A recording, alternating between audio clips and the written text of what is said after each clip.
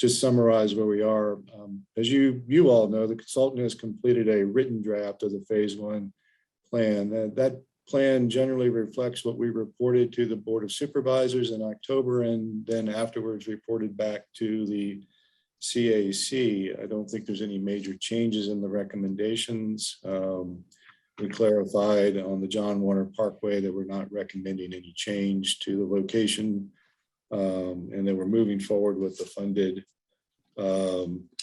option, VDOT funded option for the roundabout. The document that is available for review here and that we're getting comments on is a draft that we intended to keep as a short, focused, to the point read, with the basic essentials in the main body of the document. We do intend to have a more full appendix that'll have a little bit more of the detail that the consultant developed, but the idea is to keep the main document very graphically oriented, clear and concise, and not too heavy to have to read through. We are getting these comments at this point in time. These are sort of first round of comments on the written draft of the document. We're not going to do any other vetting of phase one until we complete the phase two portion of the corridor study. And then we're going to mesh and bring those two together, phase one and phase two. And then that full document will go out for review again. So theoretically, people have an opportunity to comment on phase one again. Hopefully we'll have most of our comments and we can clean that section up, and later on we'll focus more on phase two, but there will be a full corridor plan consisting of both sections of the corridor study that will be moving forward to the Board of Supervisors, we hope, in the May-June timeframe. So again, we're asking you to provide us some of your comments, any questions or issues that you might have with the form of the document, and any public that's here that might want to weigh in. We're here to listen. We have Kendra Patrick and Ryan Cheney, who have been integral in developing the plan for line and grade. And between those two and myself, we'll take your comments and answer any questions you might have. So that's it. I'm going to put up on the screen, Marty, just the rollout that shows all the improvements. Can everyone see that? Not yet. Yeah, there we go. Okay.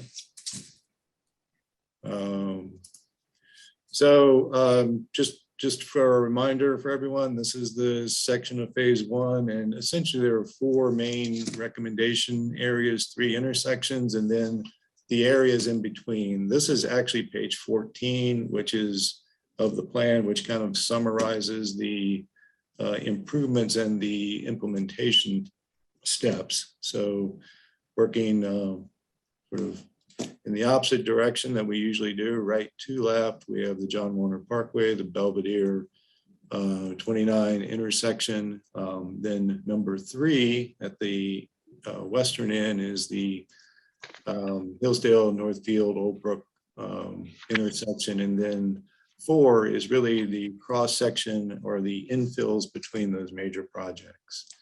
And just to let you know, staff has provided some comments to the consultant. Some of those have been incorporated into this draft. Most have not.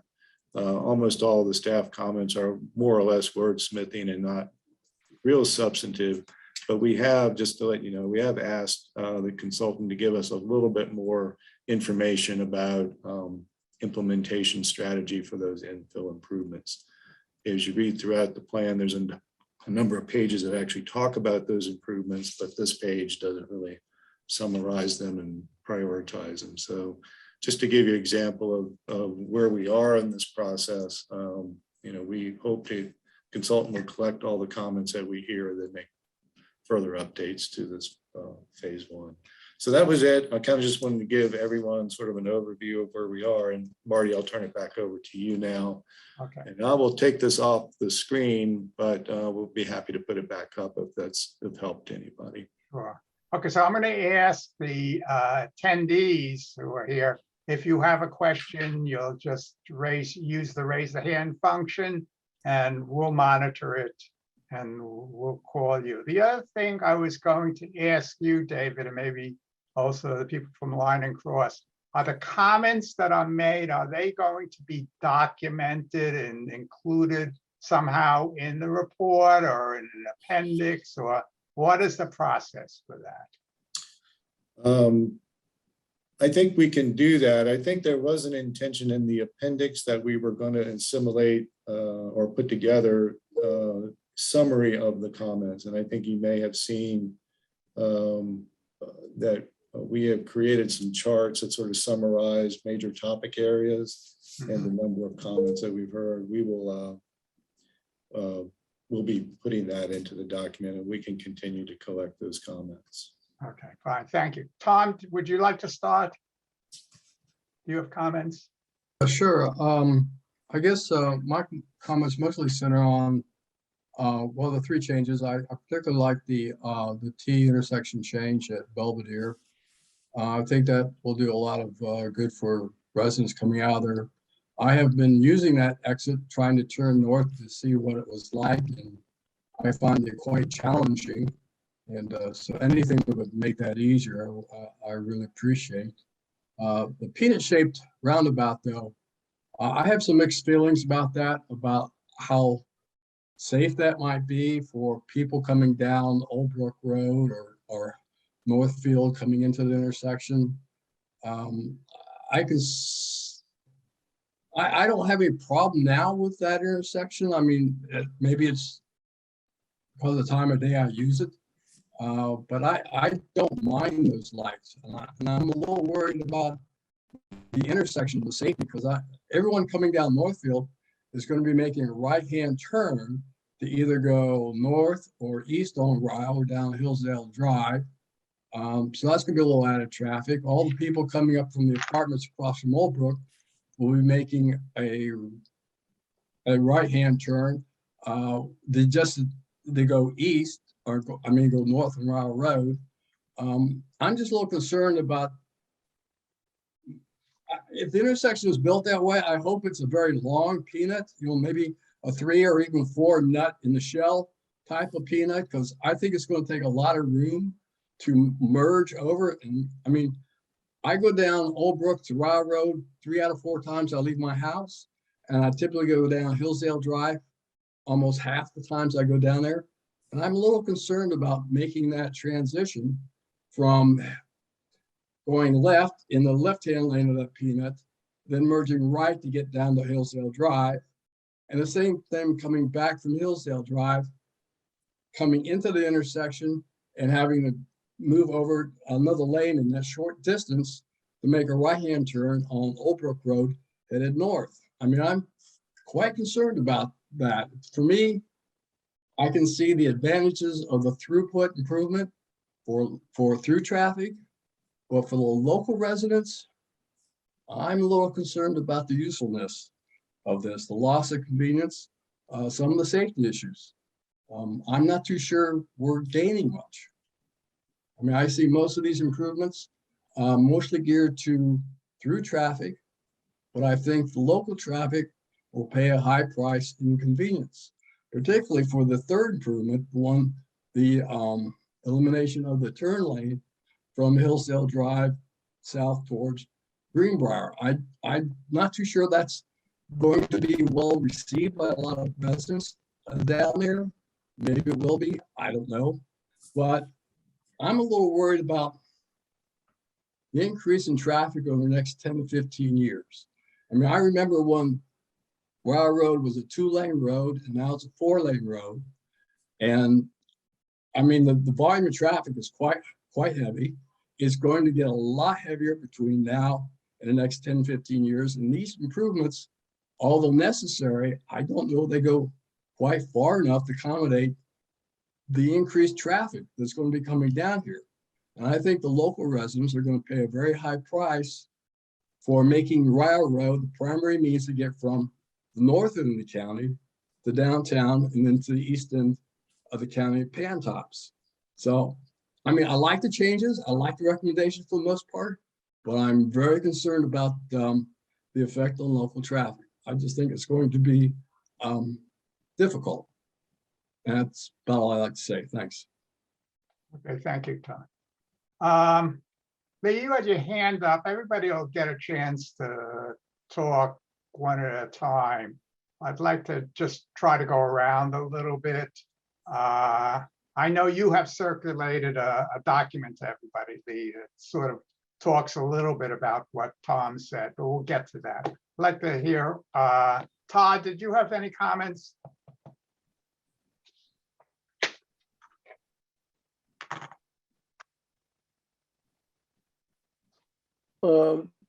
Yeah, there's still nothing in there for the intersection at Putt Putt and Rio.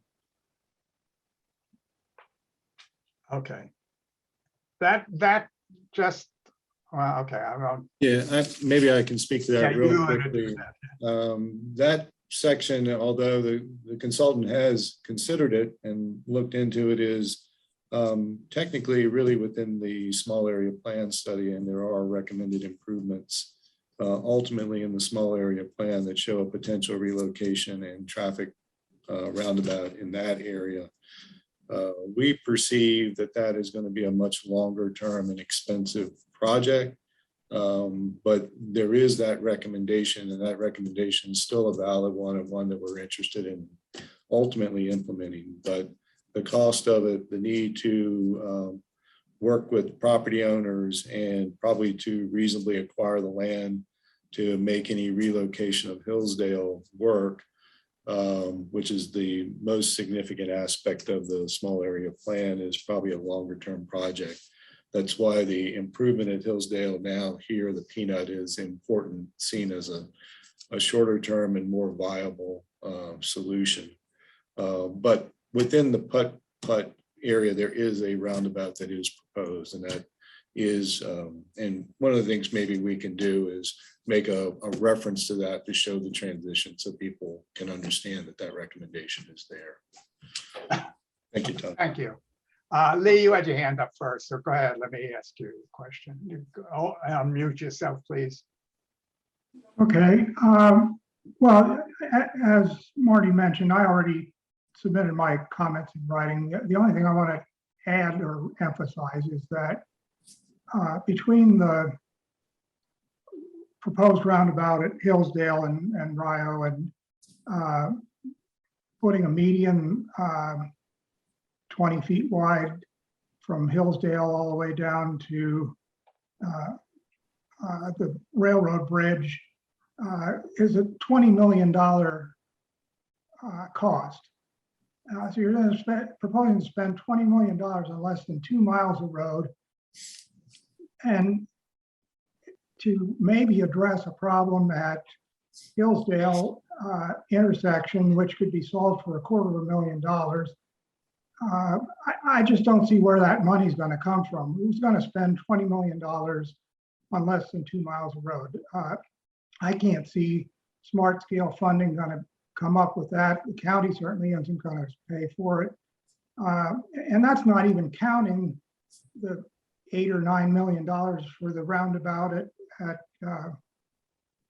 John Warner Parkway, which is funded. But yeah, you're at the point now where you can almost build a bypass around it for as much money as you're going to spend here. So that's all I had to say. Okay, I just would add, just to Lee's being a little modest, he had a long, detailed set of comments, and he did point out an alternative traffic light pattern, which I have to admit I don't totally understand, but I would like the consultants, that should be recognized as an alternative at the Hillsdale peanut instead of the peanut shaped roundabout. He had proposed setting up the traffic lights a little bit different with traffic counters. I thought that was interesting and should be taken into account. So I think, okay, with that, Judy, you had your hand up, and then Nancy. Judy, you're okay. Okay. Okay, so I have several things, so I'll talk fast. So I don't want to overtake my time. a little bit to piggyback on what Tom said, another thought is, and David very briefly touched upon this, the cost of acquiring the land for the peanut-shaped roundabout. Also, I was able to chat with Daniel, so, and I'm hoping that he shared part of our conversation with the rest of the team from Line and Grade. But on page 7, whereas he said that the board thought that the peanut shape would be great. I do believe that the board's words were implied that it was great to be thinking outside the box. They didn't want you to take it as gospel. So anyway, that's enough said about that. Page 8, we talked about landscaping, and I know that David and I have had some writings back and forth, and he talked about the landscaping, that it's improvements in many areas of the county. But what I have a question, not only for the medians, but then why does the county allow clear cutting for all the developments as they are approved? And then you're putting in these trees on the median strips. I'm very concerned about what's going to go first, the road, the median, or are you going to have the plants waiting off on the side? So that's on that one. Page 13, they talked about the demographics, and they added the area about Greenbrier. And I just, my mouth dropped open. It's like, why include Greenbrier? It's not part of the Rio corridor plan. And they talked about how close Whole Foods and Kroger's. If this document has been in the works since October, why wasn't it updated to include Aldi's? That's within walkable distance. So enough on that one. And then David and I also talked about the sidewalks, which doesn't have much to do with the Rio Corridor plan, but then again, it does, because we're putting it down and then taking it up. So a lot of resources that are going to be used and destroyed. And I think that's pretty much it. So mainly I just wanted, my comments to go on record that there are many areas of the Rio Corridor phase 1 draft that I've got some concerns with. So thank you very much. Okay, I see everybody on the committee has their hand up. I will get to everybody, so I'm not ignoring anybody. Okay, Nancy, you had your hand up very early, so go ahead, please. Several quick points. One, I'm sure that the guy who owns property between Old Brook and what is it, North Side, the block where the peanut would cover, will be delighted to have the peanut, because it means people won't be cutting through his private property to avoid the stoplight. You would be surprised at how often that happens, and the number of notices he has posts saying this is not a through street on his driveway, which goes from one street to the other. Point 2, Lee, I will tell you that I read your documentation.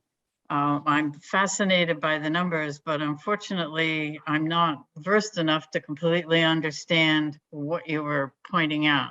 I do agree that there are issues in the Hillsdale Rio intersection, and there were a lot of accidents. And David, I don't know if you will remember, and Lee, it was probably before you joined the board, that there was a timing issue with the stoplights.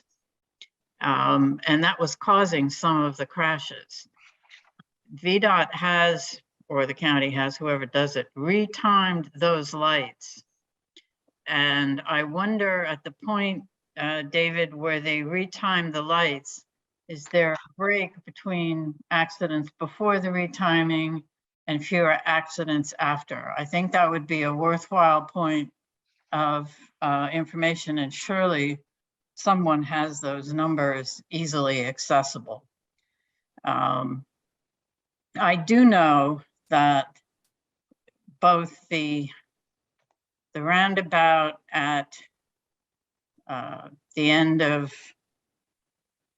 John Warner and the Peanut have evoked some rather broad unhappiness amongst people both in the Dunlora in that area and also the Peanut itself closer to that area. So I think the question here, and maybe this is something Judy or those of you who live in Dunlora to ponder, right now, traffic isn't fun, but it's not horrible. As development proceeds, traffic will probably get worse. And I guess the question for me is, if we do nothing, either on the roundabout or the Peanut,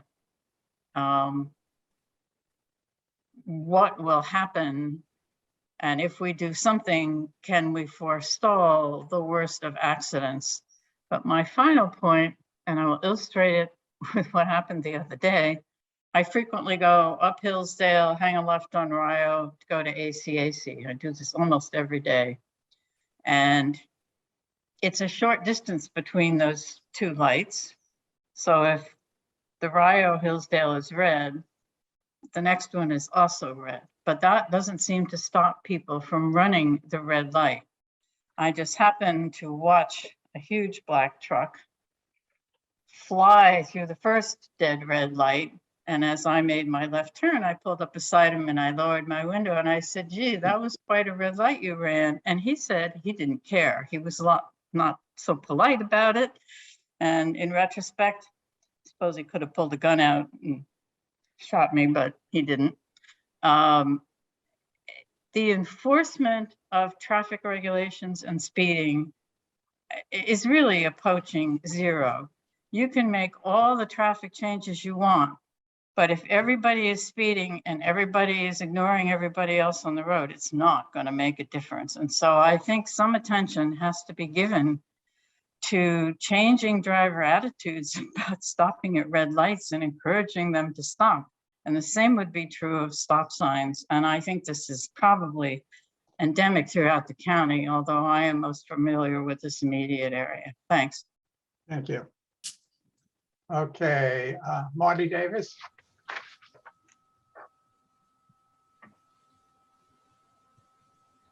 I agree with a lot that's been said, of course, especially Judy's concern about the plantings and the trees and the upkeep and all of that. And one other concern I have is the Belvedere. If we don't put a light there, are they still going to, they're still, and I had a hard time because I'm having to do everything on my phone and iPad while I'm out of town. Are they still going to have to cross 2 lanes of traffic to go left to merge into the lanes going towards John Warner? Yes. So if we don't have a light there, it just seems like it's going to still be a problem, even though the lanes are not as long or wide that they will have to cross. And those are basically my concerns, questions. Okay, thank you. Audrey. Hi, we seem to be requesting information on data and data-driven solutions. I repeat a question and concern that I had at last meeting. At what level of traffic are roundabouts and peanuts ineffective? Where can I get that answer? Is there, other than just Googling it, is there some definition or data that could be reviewed and used to make decisions? I think we're approaching problems on these roads, and it's time to talk about bypasses and long-term planning. Thank you. I think maybe Ryan can respond to the capacity issues for roundabouts. Yeah, capacity is a good word. Thank you. Yeah, so first of all, I want to say thank you for all the interaction here. There's a lot to take in. A lot of what you said we're aware of, but just to speak quickly to that and a couple of things, there's been a lot of comments on the Hillsdale Roundabout. So the general rule of thumb, and this is a very, very loose rule of thumb, is single lane roundabouts can handle upwards of 25,000 vehicles per day. We're at around, I believe, 33,000 or so along this portion of Rio. So any roundabout would have to be what they would either say a traditional dual lane or a hybrid. The one that they're installing at the JWP intersection is that's called a turbo roundabout. So part of it is one lane and part of it is dual lanes. It's basically dual lanes where they need it to be and single lanes where it doesn't. And these things are designed with that in mind, with the capacity of the roadway in mind. So when we show these images, we are not claiming that we have designed, and this is the solution and it specifically handles all the traffic, right? What we're trying to communicate is this type of intersection would yield positive results in this location. When the final design happens, that will be when all of these things will be checked, making sure that yes, the roundabout can handle the capacity of all the future projected traffic, that it can handle every maneuver without having to change lanes in the roundabout. Modern roundabouts, there's no permitted lane change within the roundabout. They're designed so that you pick your lane and you stay in it throughout the whole thing. So please keep that in mind, that all of these improvements that we're showing, they're not final designs. They're very conceptual in nature. And the typology of the intersection or the improvement that we might show, we think is the best from our study, but it still would need further refinement and engineering before it would actually go out and be constructed. Okay, thank you. We have somebody, one of the attendees, Bob Drake. Maybe Carolyn, could you bring him in? I'd like to hear somebody from the outside for a second, and we'll get back to everybody else. Sure, Mr. Drake, please yourself and state your name, address if you're associated with a group or organization, and your time starts when you start speaking. You have to unmute yourself.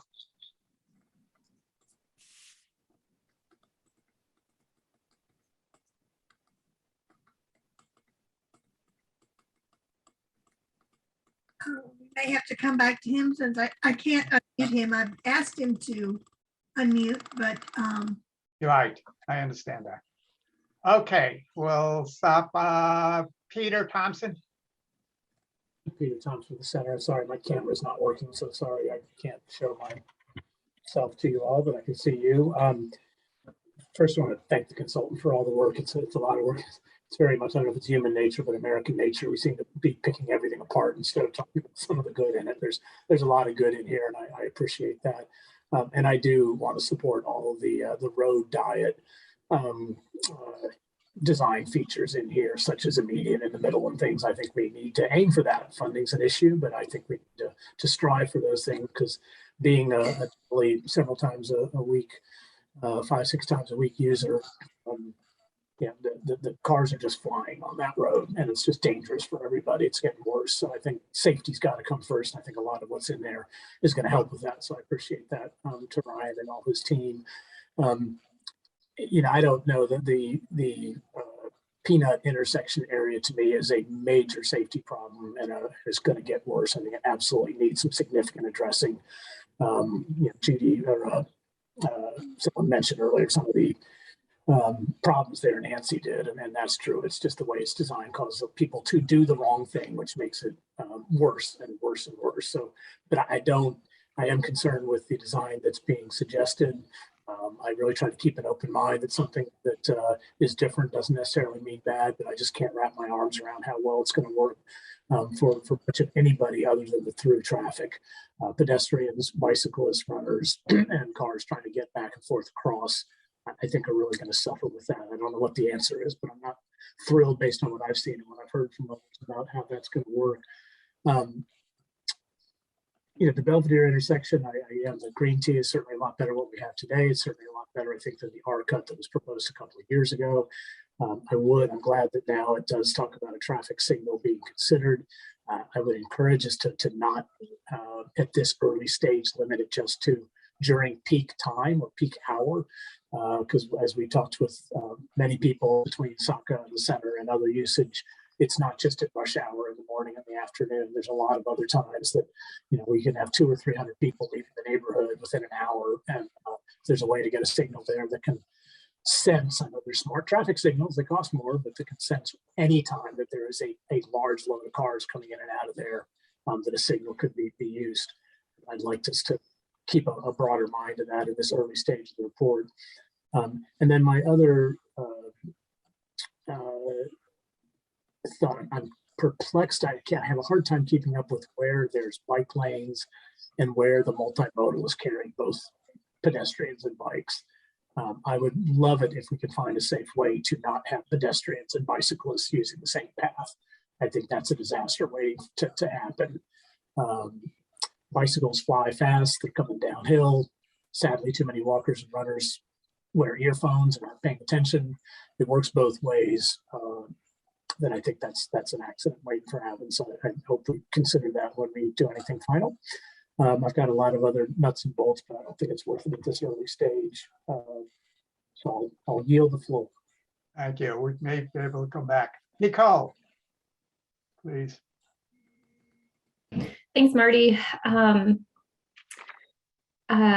guess I'll go really fast. I think all the intersections are fine. All the intersection improvements. I understand like they're so much better than what we have now, and I understand that there's going to be an engineering calculus as far as capacity.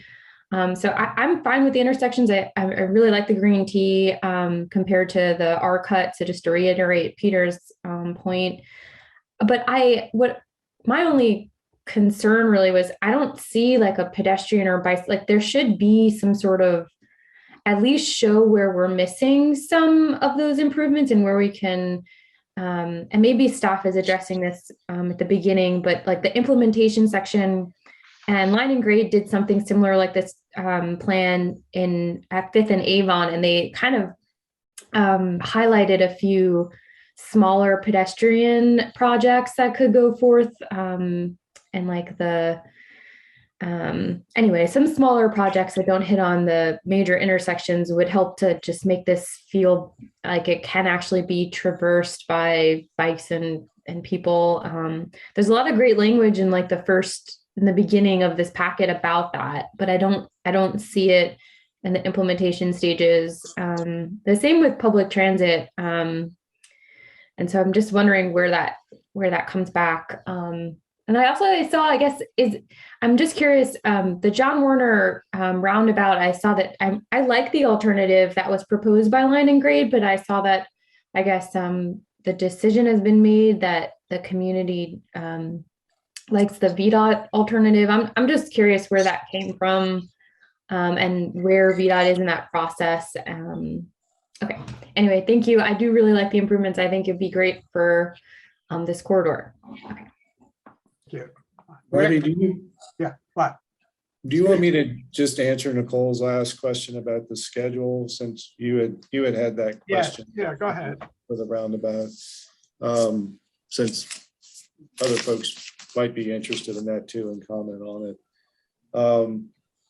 So what staff and the consultant determined was that since we have a funded project already, this study would best just help inform VDOT of the issues related to the improvements in that area. So we've assumed that we're going to move forward with the already funded project and just identify some of the issues and findings that we found in the analysis of that project. And that's what the draft has tried to convey. And we're not recommending any further changes to it, but those changes, as Ryan alluded to, when you go from a conceptual design to an actual design, VDOT will be stepping through the planning process for that location that's funded, and issues and alternatives may come up in their process. In terms of the timing for that project, what we understand is that the survey work will be taking place in 2022 this year, with preliminary engineering running through the fall of 2023, and final design and right-of-way acquisition in 2024, with construction in 2025, hopefully completed in 2025. Bear in mind, this is a design build project, so those dates are kind of broad dates because design build, you're actually designing the project while you begin certain phases of development. So the numbers are a little bit different than a traditional build process, but those are sort of the threshold dates that we have from VDOT at this point in time. Thank you. Hey, David, sorry, can I just to clarify, the proposal seemed to pit the VDOT alternative against Line and Gray's proposal. Are you saying that the Line and Gray proposal will inform VDOT's design and then they're going to go through their process? What we're saying is that we're assuming that we're continuing forward with the VDOT design and their development process, but we've included in the study the information that the consultant looked at because that information may be useful, and it documents what the consultant's analysis did and the pros and cons of that relocation. But the preferred alignment is to maintain the VDOT alignment and continue to work through that process.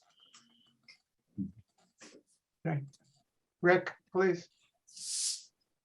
Yeah, I'll try to keep my comments brief because the other folks have already expressed a lot of what I've been thinking, but I'll take each of the three major components and quickly just to follow on with the roundabout at John Warner Parkway. I like the idea of it. I like the design of it. The only thing I would like to go on record with saying that I would prefer that when VDOT does its final design work, that it figures out some way to get the entrance into Dunlora so that it comes directly into the roundabout somehow and doesn't come out on Old Ryle Road, because I think that's still going to be a choke point, even though it's going to be basically right out only. It's still, I don't think it really solves the problem as well as it could.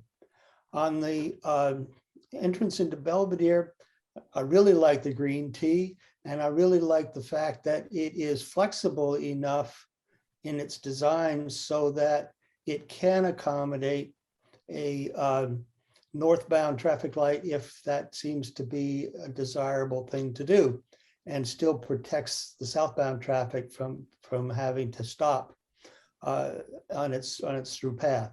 So I really like the fact that design has the ability to flex and evolve as demand requires. Going up to the Hillsdale intersection, yeah, even while the donut design may be outside the box and maybe a little bit off-putting and a little bit concerning, I've looked at it. There are many times that when I'm coming up from the Greenbrier area up going west on Ryle Road and want to go down Hillsdale Drive, and I can see where that's going to be a little bit of an annoyance, but it's so much better than the way it is now. Not only have I seen what Nancy has seen in terms of people running the red lights, one of the ones that actually caused me to experience a rear end collision by somebody running into me at the Old Brook traffic light was the fact that the light was turning yellow just as I went under it and went under the one at Northfields and Hillsdale. And so I prepared to stop for the second one. Well, you've only got a couple hundred feet there to make that decision. So I made the decision to stop, and the guy behind me was going to run the second yellow light and wound up rear-ending me. So that whole thing just simply doesn't work as it is. I don't think there's any way that you could signalize it so that somebody isn't going to run one of those lights. And to say, I think the donut is kind of an interesting solution, and I think people get used to it. I think those are my main comments. The others, that I agree with have already been made. Thanks. Thank you, Rick. Brian, do you have any comments? Well, just to follow that up, I will say roundabout is inherently different from a traffic light in that it is geometrically controlled, meaning there is a big barrier in the center of the intersection that people cannot speed through it, physically cannot speed through it. So there's not the option to run it. They could ignore the yield sign, but even that, the entrances to those are designed such that you have to make a fairly sharp turn in to enter the roundabout. So that also slows down speeds. So these things are, people have thought about these things quite a bit, and they're much better than the older traffic circles you hear about in Europe that have a lot of problems. Okay, thank you. Okay, I think I've gone around everybody on the committee. I don't see any hands right now. I had communication from somebody who couldn't make it, an attendee tonight, and I just wanted to put that in for the record. His comment was to improve safety and increase the potential impact of our Rio Road corridor plan's impact. I would ask the plan to include more on how sidewalks, existing and new, would be those that are will be integrated, expanded into the neighborhood streets immediately connected to Rio Road. So basically he's saying, how do the sidewalks that are coming out of the side streets get integrated into the plan? I thought that was an interesting comment. And do we need any new ones in that area? So I've got a couple of comments, and maybe start with Belvedere. I read in the report where it noted that when the roundabout is completed, the gaps in traffic may decrease, further complicating that intersection. And while the green tea can offset some of this traffic, but not all. It struck me when I was reading the report that there were two options, and that struck me. There were two options. One was the green tea and the other was the traffic light. The traffic light got very little write-up, and I wonder whether the traffic light would be a better option for Belvedere, a permanent one. I know that there may be one. Ned had said he was going to submit a warrant for, I guess, a temporary traffic light. I hope getting the terminology correct. But it seemed to me that a traffic light instead of the green tea might be a better solution. And I would have liked to see the report at least go through the pros and cons in a little bit more detail and really address why a traffic light wouldn't be a good option, particularly because we know that the roundabout's going to be built and there's not going to be a traffic light at John Warner Parkway and Rio. The second question, the second area that I was thinking about is the Hillsdale Old Brook Northfield intersection. I was a little bit like Tom. I looked, if I was coming out of Old Brook and I wanted to go to Hillsdale, you'd have to get into a left lane. It seemed to me it was a short distance to be able to turn around in that intersection. And similarly, if you were coming out of Hillsdale and wanted to go toward 29, the distances, at least in that conceptual design, seemed very short to me. In addition to that, it seemed to me they showed crosswalks for pedestrians across Rio. Now, I know there was a spot in halfway across, you would be able to stop and look, but that area is going to have a lot of traffic. And I wonder whether it is really how the traffic and the pedestrians are going to interact, particularly if we're encouraging people to walk or to use bikes. I think that's a matter of concern to me, and I think that could be an issue. Let me see if I have any other. A lot of the points that you all made, I think are covered. I think I also noted that on Rio, which is not in the report anyplace, half of the street is at a 40-mile-an-hour speed limit and the other half is at 35. I know one of that's due to city rules and the others due to the county rules. There should be, it seems to me there ought to be one speed limit for that entire corridor. I don't know what it should be, but it should be one. I think it's confusing, particularly if you're coming from 29 and going into higher speed. You're not so alert to slow down as you get to the 30, to the lowest speed. And finally, I heard Ryan say that that this was sort of conceptual in terms of the traffic flow, and struck me too, as I understand reading the report, they estimated that 30,000 vehicles currently coming on Rio from outside the area, plus whatever is in the inside the area. I think, like Audrey had mentioned, the concern about capacity. I have that concern as well. We're seeing a lot of building going north, coming down 29.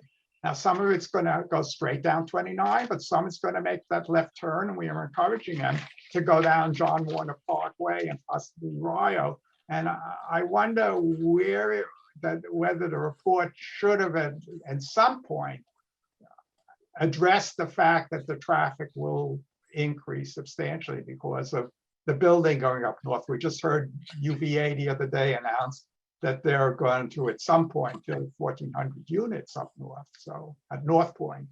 So those are my comments. So, David, do you have anything further to say? Let me ask this before you get to you. So we're okay on time-wise a little bit. Does anybody else have any other further comments from the group, from our committee? Yes, Judy. You've lost your voice, you're mute.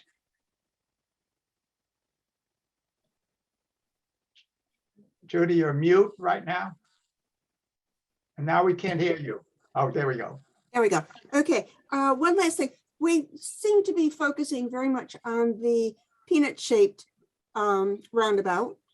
We've mentioned the roundabout at Dunlora and John Warner. And then at the last meeting, Daniel Heyer threw out perhaps a roundabout at Penn Park. So that would be into phase 2. I know that roundabouts right now are the buzz thing of engineering, but if we have 3 types of engineering designs like that on Rio Road from 29 down to the city line, just a thought, isn't it overkill? Thank you. Yeah, I think I'm just asking, just a thought. Well, and the consultant's still working through phase 2. So I think what he was showing was the impact of 2 different types of improvements, and they're working through those issues, and we're certainly aware of that as well. We don't want to over roundabout when a roundabout isn't needed, but that's something hopefully you'll be taking a look at next month. Okay, thank you. It might be useful to note as well from our perspective as engineers, VDOT requires us to analyze, whenever we're looking at an intersection, we have to consider a roundabout. They require us to consider it because it's such an improvement over traditional traffic methods. So, and if it shows that it works, then we're required to do a cost estimate to show, okay, is it more costly to install and what is the cost effectiveness of that?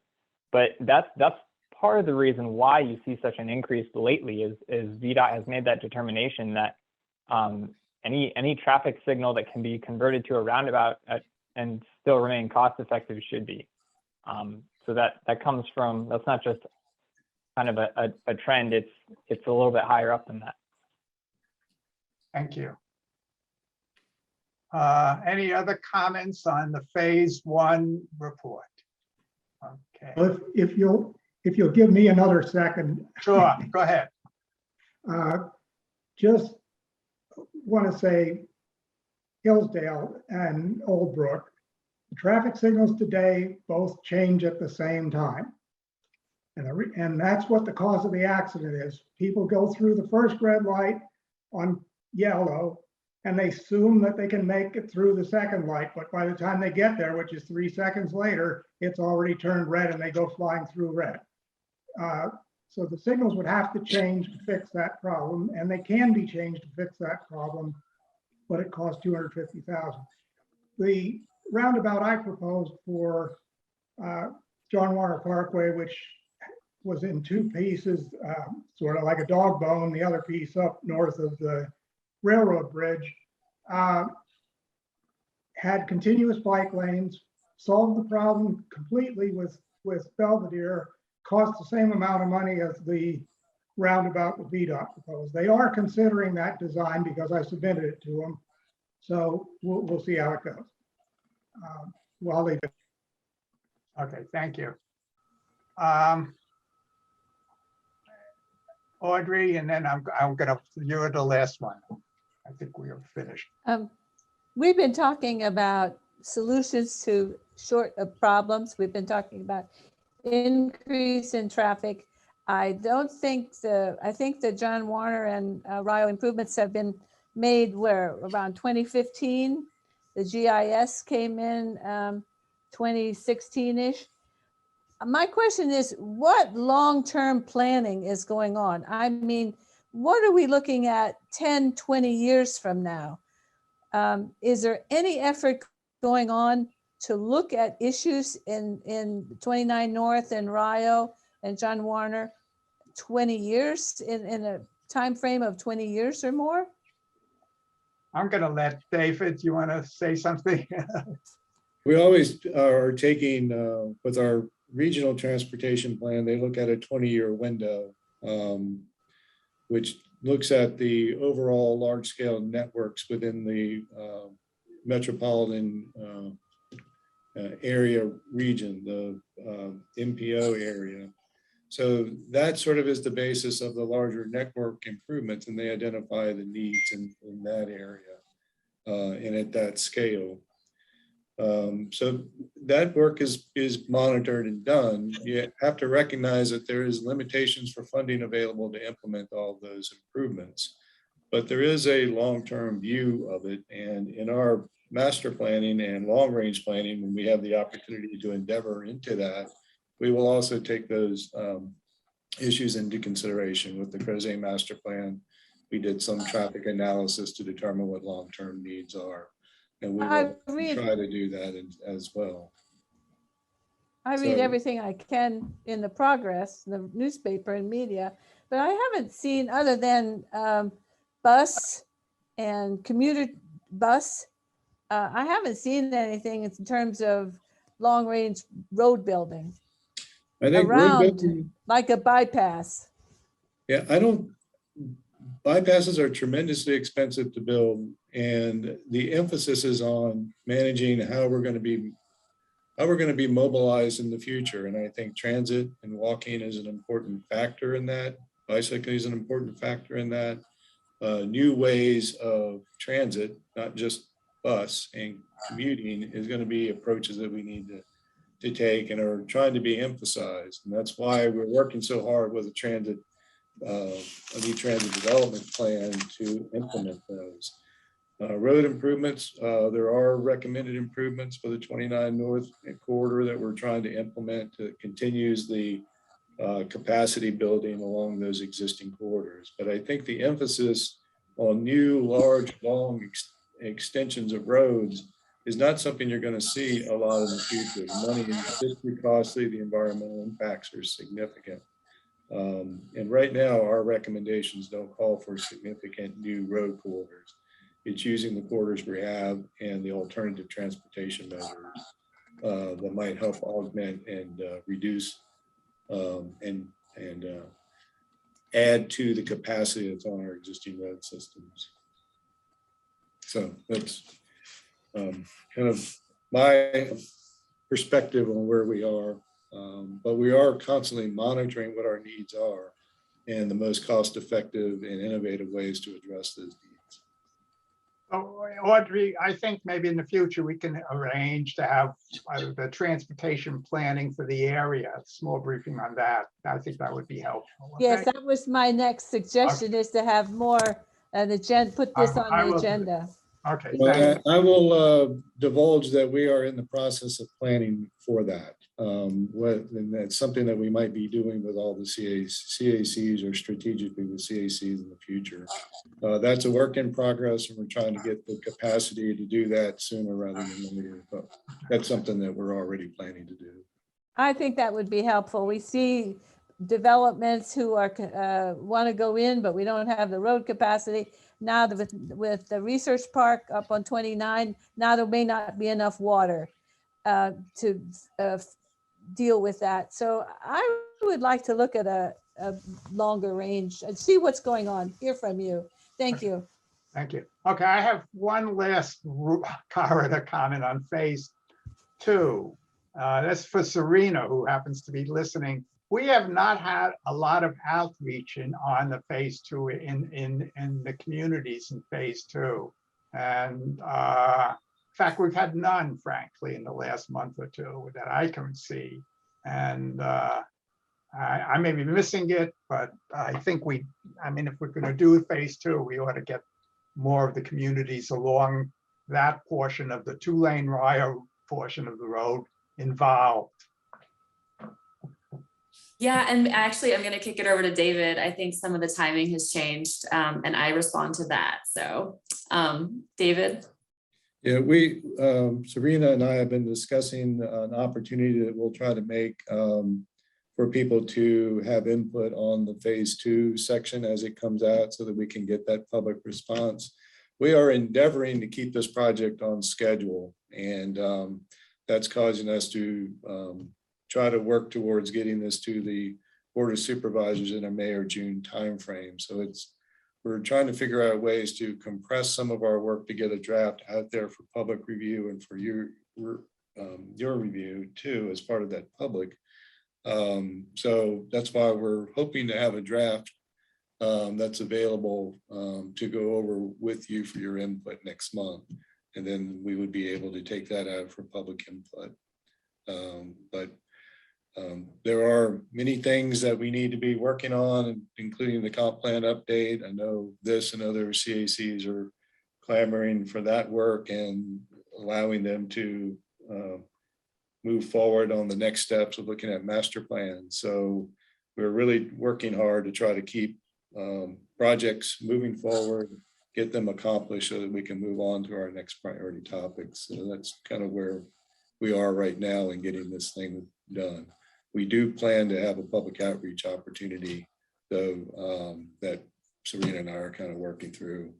Once we have a draft information that we can put out there for people to look at and give us feedback on. Okay, thank you. Okay, so let me close this section. I don't see any hands from any of the attendees. We're going to go on to our next topic.